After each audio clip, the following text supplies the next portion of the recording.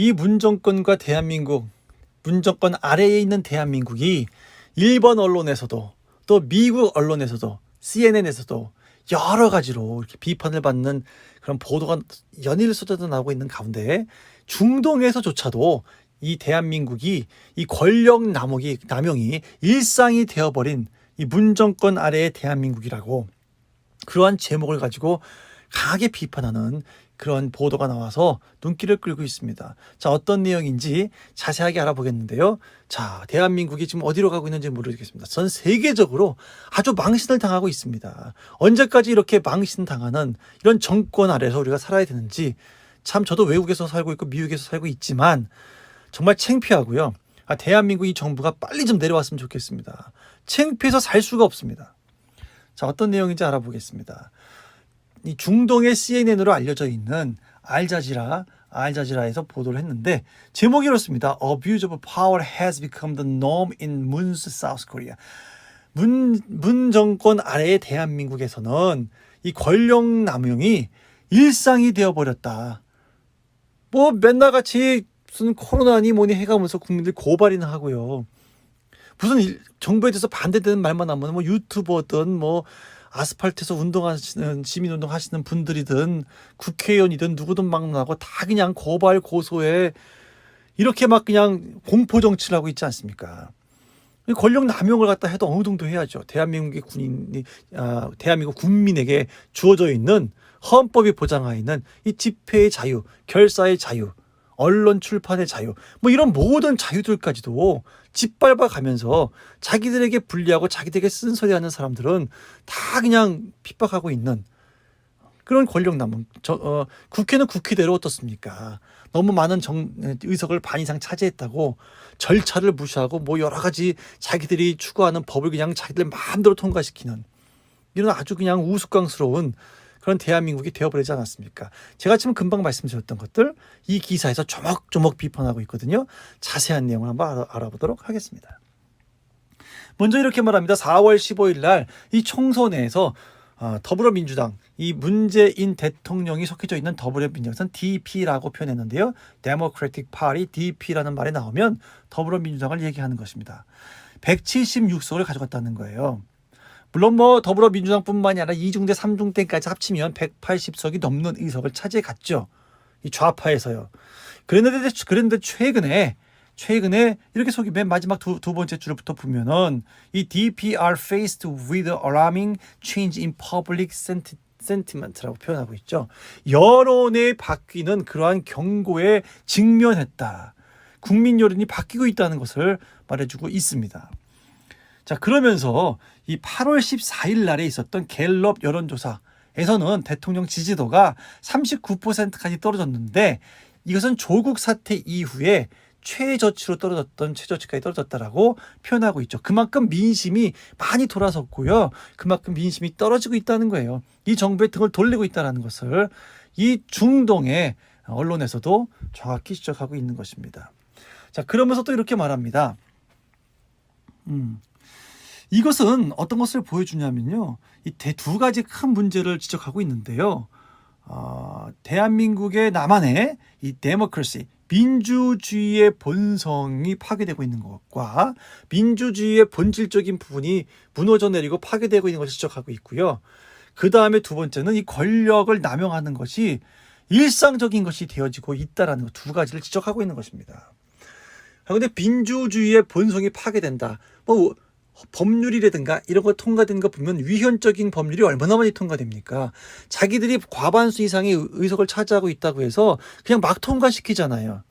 그것이 헌법적으로 대한민국 민주주의를 지키는 것에 합당한지, 이게 민주주의적인 법인지 아닌지. 부동산법만도 보십시오. 얼마나 그동안 통과됐던 많은 법들이 사회주의에서나 불법한 법들을 얼마나 많이 통과시킵니까? 이런 모든 것들이 해외에서 봤을 때는 민주주의가 파괴되고 있다라고 밖에 보이지 않는 것이죠. 거기에다가 뭐 이 정권에 대해서 좀 아픈 소리를 한다든가 반대하는 목소리를 낸다든가 어떻게든 탈탈탈 털어가지고 핍박하지 않습니까? 심지어는 뭐 집회에 참석했던 사람들을, 코로나를 퍼뜨리는 사람들처럼 뭐 방역을 갖다 파괴하는 사람들처럼 이렇게 몰아세워가지고 영장을 갖다 청구하고 말입니다. 어떤 교회를 핍박하고요. 이런 여러 가지 일들이 권력의 남용을 통해서 국민들을 핍박하는 거로밖에 보여지지 않는 건데 하도 많이 그러니까 이 권력 남용이 한두 개가 아니잖아요 지금요. 이 권력 남용으로 한번 조사해 보면요 수백 가지가 넘을 거예요.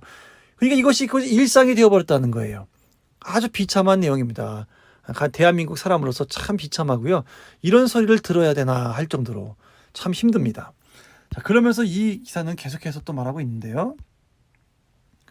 어떤 얘기를 하고 있냐면 이거는 이제 법과 절차를 무시하는 그런 처사들이 나타났다라는 겁니다. 여기 보면은 이제 rule of law라는 말이 나오고 ignore the procedures라고 나오는데 절차를 무시하고 법을 무시하고 법과 절차를 무시하는 그런 교만한 모습을 보이고 있다는 거예요.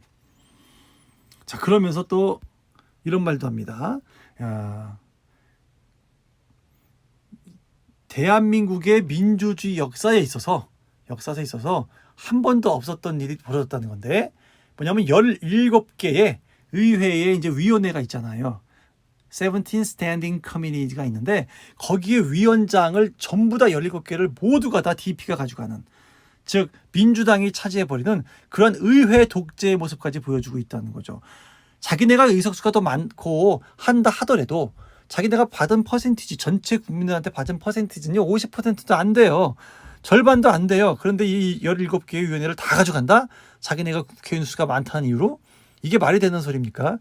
의회 정치에 있어서 이거는 협치에 있어서 전혀 말이 되지 않는 거예요. 그래 놓고서 뭐 협치를 하라고 지시를 하고 협치를 한다고 얘기를 하는 그 뻔뻔스러움이 정말 극치를 달리고 있는데 이런 17개의 국회의원들도 다 집권당이 가져갔다.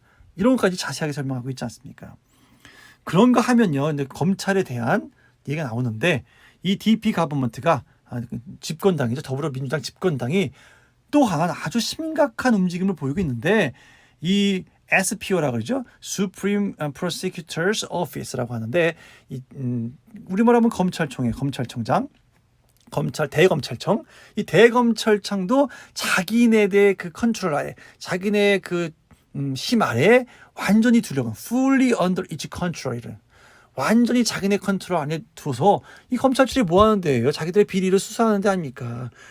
이제 뭐 다음 페이지에 이제 추미애에 대한 얘기 나오긴 하는데요. 이 추미애를 비롯해서 이 문재인 정권과 이 정권 실세, 살아있는 권력에도 이 칼을 들이댈 수 있는 이런 검찰이 되어야 되는데 완전히 자기 정부 밑에 들여오는 그러한 시도들이 계속해서 이루어지고 있다는 것을 설명하고 있는 것입니다.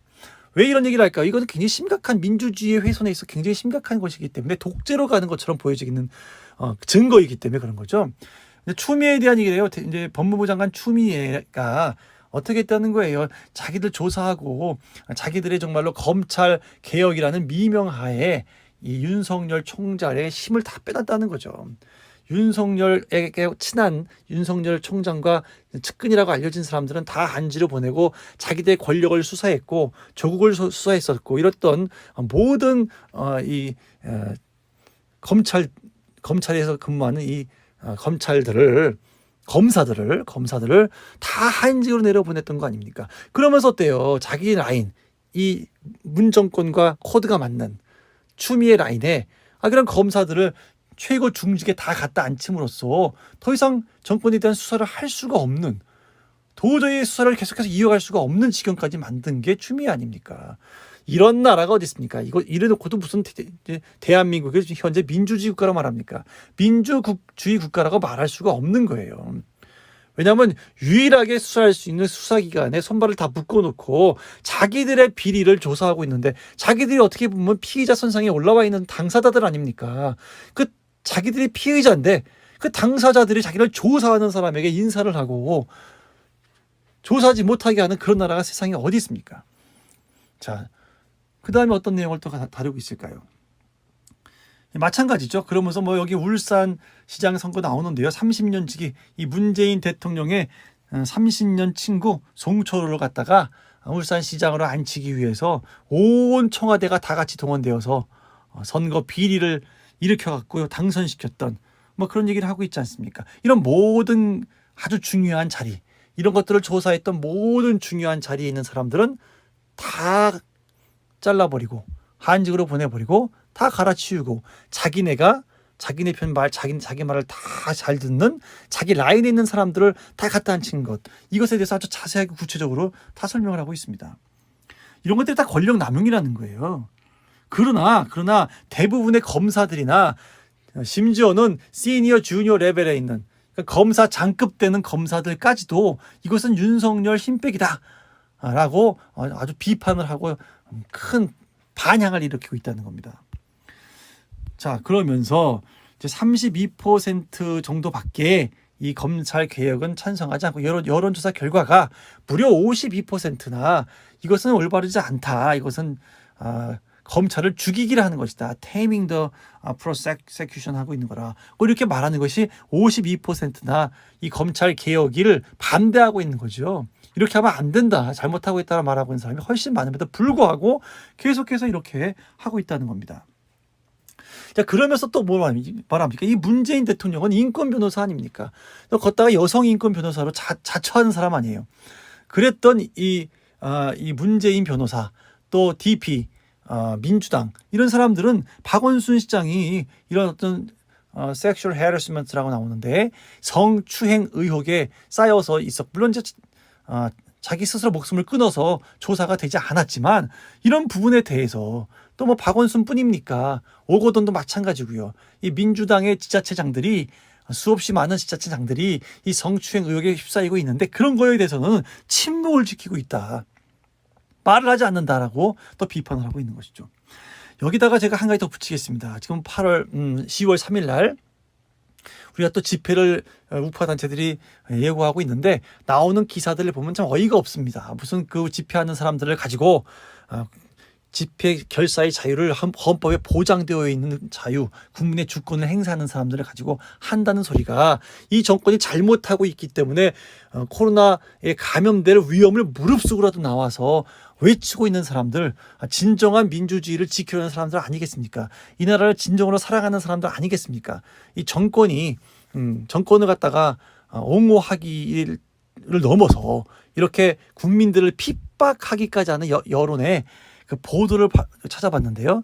뭐 이 사람들이 마치 방역 체제를 무너뜨리는 그런 사람들인 것처럼 지금 마녀 사냥을 또 벌써 이미 시작했습니다. 자, 이 언론이 기울어져도요. 이건 기울어진 정도가 아니고요. 그냥 언론이 다 완전히 뒤집어진 겁니다. 언론이 언론의 역할을 하나도 못하고 있는 거예요. 지금 제가 소개시켜 드렸던 이 언론이 중동의 언론입니다. 미국도 일본도 또 그에 이어서 중동까지도 그들이 봤을 때도 이 대한민국 정부가 이 문정권이 지금 하고 있는 정치가 코로나를 이용한 공포 정치 하고 있다는 거, 권력 남용하고 있다는 거 그냥 다 누구나 알 수 있는 겁니다. 기본적인 상식만 갖고 있으면 알고 있는 거예요. 대한민국 언론들 정신 차리기 바랍니다. 부끄럽게 생각하셔야 돼요.